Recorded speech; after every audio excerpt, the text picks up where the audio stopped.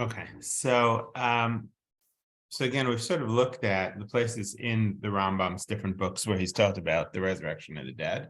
Then we looked at the treatise, the Epistle on Resurrection, to see both, number one, you see that he, professes to believe in it very strongly. On the other hand, he does right things, the dissolution of the body. You get a sense there that he does not think it's really reward and punishment, and that he's just kind of putting it in. Maybe it's a very short time. It's right before the Messianic era. Like he's sort of putting it in because he has to, but it's not very clear what the function is, and it seems to maybe even go against his sense of how the world works in terms of miracles and things like that. So now there again, I mentioned that there were those who had written against the Rambam. Now, whether that was really before, what the chronology is of when these things come out, they all seem to come out around the same time. So on the other hand, there are things the Rambam writes in the epistle that do seem to be a response to some of the criticisms. So this is again, this is the book of Rabbi Meir ben Tudras, who was the rabbi of Toledo. He dies in 1244, and certainly lives at the same time as the Rambam. And it's a book of letters that are it seems to have an Arabic name, Kitab al-Rasil.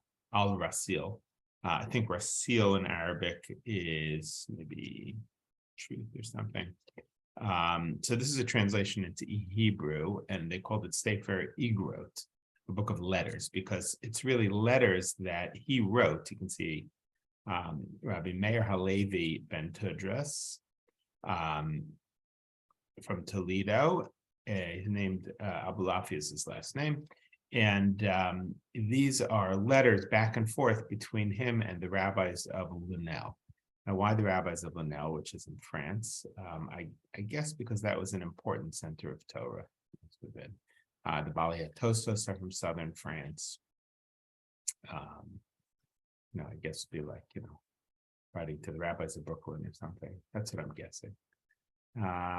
So here it begins. The first part of this is just, we have like 3 manuscripts of it, and they're not all the same. There are, mistakes in it. There are, words left out, things like that. So this person tried to get something, to sort of compare them and get a better text. And so actually half of each page is sort of notes about the text. A word that's missing. Yitzur, all these little like all these letters are letters that refer to different nuschaot of this letter of this book of letters. So he has this first letter that he writes to the rabbis of Lunel, and he begins it with a poem. They don't write now like they used to. And then there's about 3 or 4 pages of praise of each rabbi that he's writing to. It seems like it was a group of rabbis. He doesn't name many of them, and I'm not sure who they are. And then he sort of launches into his criticism of the Rambam. Now, it's interesting. His letters are not just about the resurrection of the dead, or theological issues even. He basically has a list of his problems, of the things that he finds wrong with the Rambam's Mishnah Torah.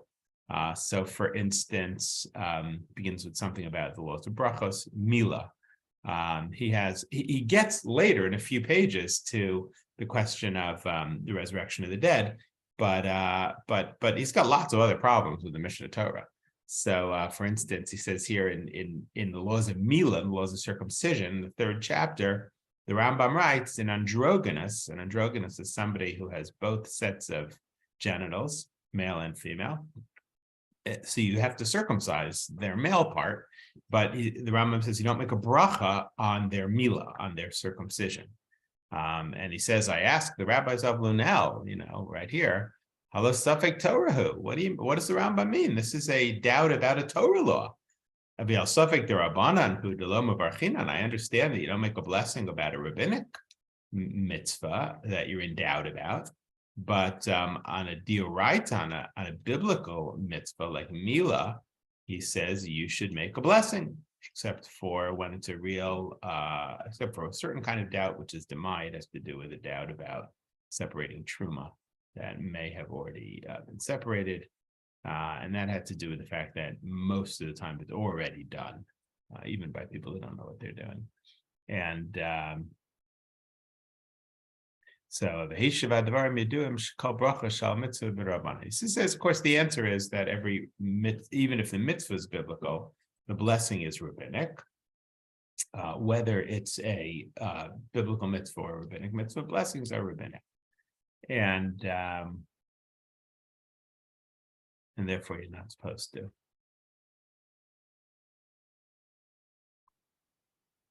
And he writes, so we'll just do this as an example, then we'll get to the resurrection of the dead. He says, if we're in doubt, you must see there was that mitzvah, whether it's a biblical mitzvah or a rabbinic mitzvah, it doesn't matter. If you're in doubt about it, you do the mitzvah without the blessing. Of course, one exception would be benching, because benching itself is biblical. Is a biblical mitzvah, is a biblical blessing.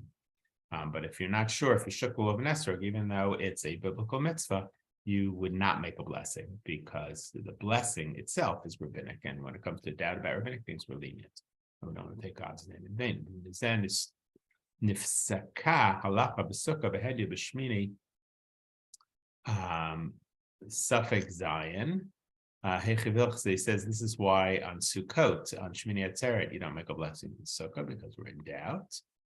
So we sit in the Sukkah, but we don't make a blessing. He says that's the general rule. But Zeo Iker Samchan Alev. Otam Hadvarim Haomrim Perak Bamem Adlikin Binyan Echad. The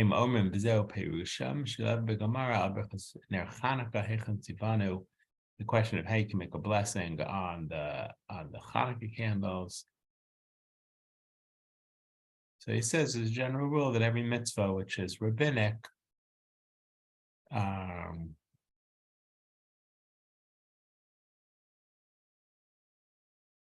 says Shalini beGemara al Berachos Ner Hanukkah Hechan Tzivanu Rav Ilah Amar Milotasur. How do you know that?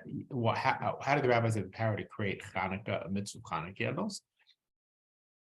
It says Lotasur, that you're not supposed to, the rabbis can create certain things, and they can say certain things, you shouldn't violate that. Rabbi Nachman Amar Mishal Avicha Ve'agedcha. He brings a different verse to learn that rabbis can make mitzvot. Shamina midivrei shneim shekol mitzvah shehi midivreim arvachinan. Al-Safek mitzvah. So he wants to argue here that actually every rabbinic mitzvah, if you're in doubt about it, you do make a blessing. So he seems to be asking this. I guess he's asking it on the Rambam. Not sure what his proof doesn't seem so great here. But he seems to want to argue with the Rambam that maybe you should make a blessing on a mitzvah d'Rabbanan that you're fundamentally in doubt about. I think that's what it means. Not you're not sure whether you did it, but that, in other words, when it comes to an androgynous, it's a fundamental doubt. It's not a doubt about whether. Anyway, that's the kind of letter. I just wanted to show you that as a kind of he harps on all these things that he can, and some of it seems a little far-fetched. Like actually, the Rambam seems on track there. This little proof that he's bringing that maybe the Rambam's wrong, I don't think doesn't seem to say much. But and he does a few of those, and then in the middle of it he says Va'od shaluhu, and furthermore I want to ask. Yulamdenu Rabbeinu, our rabbi should teach us, et hanimtza Katuv b'Sefer Abba, that which is written in the Rambam's book in Sefer Abba, that is at the beginning of Mishnah Torah. Here, there's another one, actually. I was going to look at this. Whether the parchment that mezuzah is written on has to be made purposefully or not. There's another one I was going to show you. And then he says, Elohim miktas hashelas. These are some of the questions that I am asking to the rabbis of Lunel and the answers that they have given me.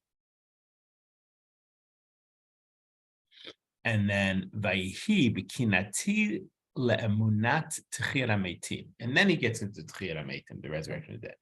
And he says, in my zealousness for the faith in the resurrection of the dead, asher avda milifanenu, that has been taken away from before us. Mipnei rov anshe zmanenu, because of, now it's interesting, note he is saying it is trendy today in 1190 to not believe in the resurrection of the dead, right? Well, why is that? I assume because of something Aristotelian. So he says, rov anshe zmanenu, most of the people of our time do not believe in the resurrection of the dead. Afki matzu lahem ata arim b'tzurot lahatzil inyano. This is a turn of phrase that arim b'tzurot means fortified cities. Lahatzil inyano, to save or to preserve this concept. Na'arti hatzini v'arti chinchi. Here he's writing very poetically. I need to educate people. L'shloach igeret tochachot. I'm sending a letter of rebuke. Umilas nevuchot l'chachmei Lunel, to the rabbis of Lunel. V'chein hamevin bahem b'chozeh. V'chol hamevin bahem b'chozeh. Everybody that understands what I'm writing and sees it. Al davar gadol hazeh, on this big issue. Hosafti b'dvarim achadim. I've added other things that I see in the Rambam, and as he says, I'm primarily writing about the resurrection of the dead, but I've added some other issues that I have with the Rambam. And he says, "Ve'ela divrei igrati harishana." This was my first letter. This is my first letter that I sent to the rabbis of Lunel about the resurrection of the dead. Okay, it says Lachayos Nevayos Yashvei, and here he has a long introduction, very flowery. I'm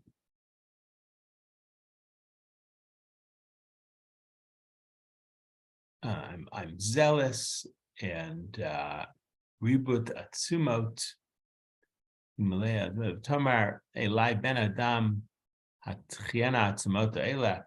He's quoting here from the Navi, where the Navi says, will these dry bones live?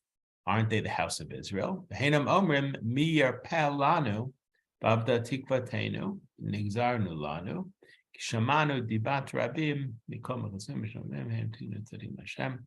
All the sort of introduction. He says, Hu ha-sefer anikra Mishnah Torah.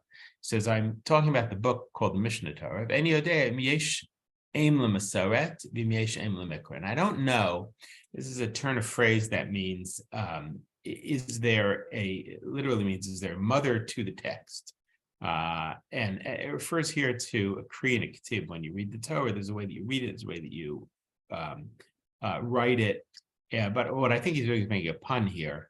Is there a history to what the Rambam's writing? In other words, is there a parent to what he's writing? Is there veracity to what he's writing? He says in the laws of Tshuva, Ha'olam haba ein lo guf v'lo gvia. He says, in the world to come, there is no physical body. The Hevi Raya Mesher, and he brings the proof from the rabbis, right? We saw this in the Rambam over and over again, that in the world to come, there will be no eating and drinking. Since there's no eating and drinking, no body. Batahalo hafach tikvot shochne afar uvrita shem hefer. If that's true, he says, then the Rambam has gotten rid of the hopes of those who keep the Torah. Asher karat Avraham lemar. God made a covenant with Abraham in which he said, I'm going to give the whole land of Israel to you and to your children. And I'm vowing it also to Isaac. I'm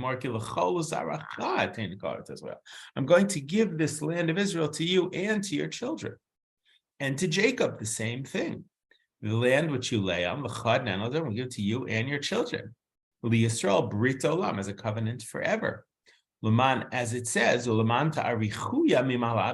that your days should be long on the land that God has sworn to you and your children.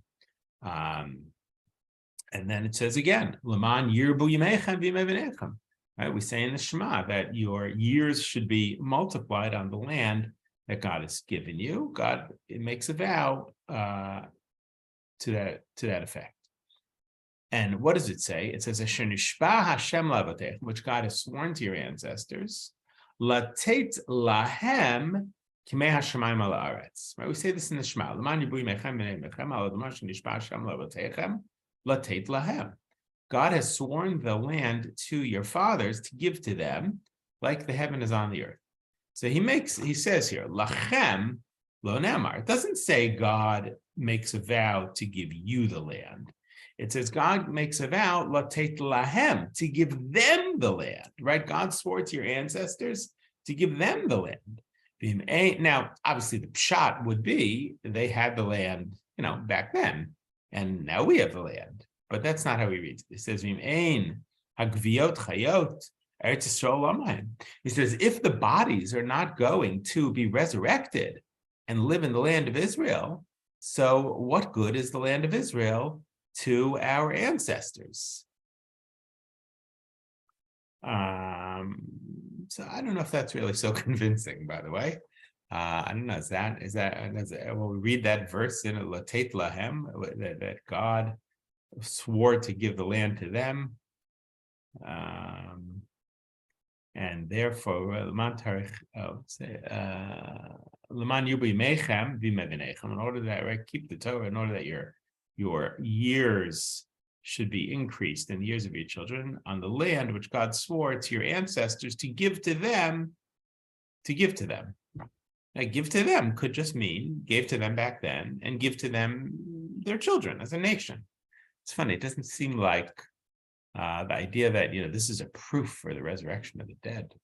I don't find it very convincing, but he obviously is going to use what he has because he feels that the Rambam is doing something amiss.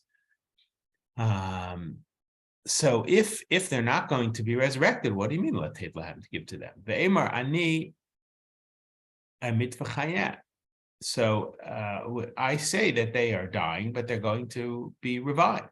And if their bodies are not going to be revived, that's not gonna. What good is that? I'm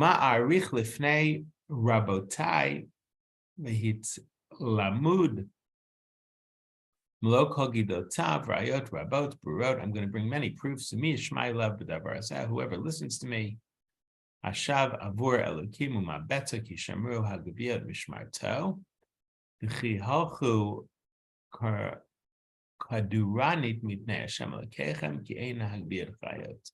saying that if the bodies are not going to live, it's like God is not telling the truth. Where is their hope? Now, remember, the Rambam had said, I'll end with this, the Rambam, if you remember, the Rambam had been critical of, I think, precisely this book. I think the Rambam cites this book. And he says, this rabbi is criticizing me because he himself does not believe, in other words, that what's at stake here is that he doesn't believe that the ultimate reward can be non-physical. He only believes, remember the Rambam said very bad things about these people, but he said, people are ignoramuses and they believe only that things have to be material. And that it's not really a reward if it's not material, the Rambam said. And that's why they believe that. But the Rambam says that's incredibly misled. That's not the ultimate reward. So you do see that a little bit in Rabbi Meir ben Tvidrus's words. He seems to be saying here, like, what good is the land? What good is the reward if it's not in a body? To us, it sounds very juvenile. but I'm not sure that we can judge, 1,000 years ago, the Rambam obviously was very modern in many ways, but to resist sort of just, seeing people 1,000 years ago, everybody comes from their context and what they see. Okay, we'll do a little bit more of this book. Thank you. Okay, have a good, actually, okay, have a good day. Okay.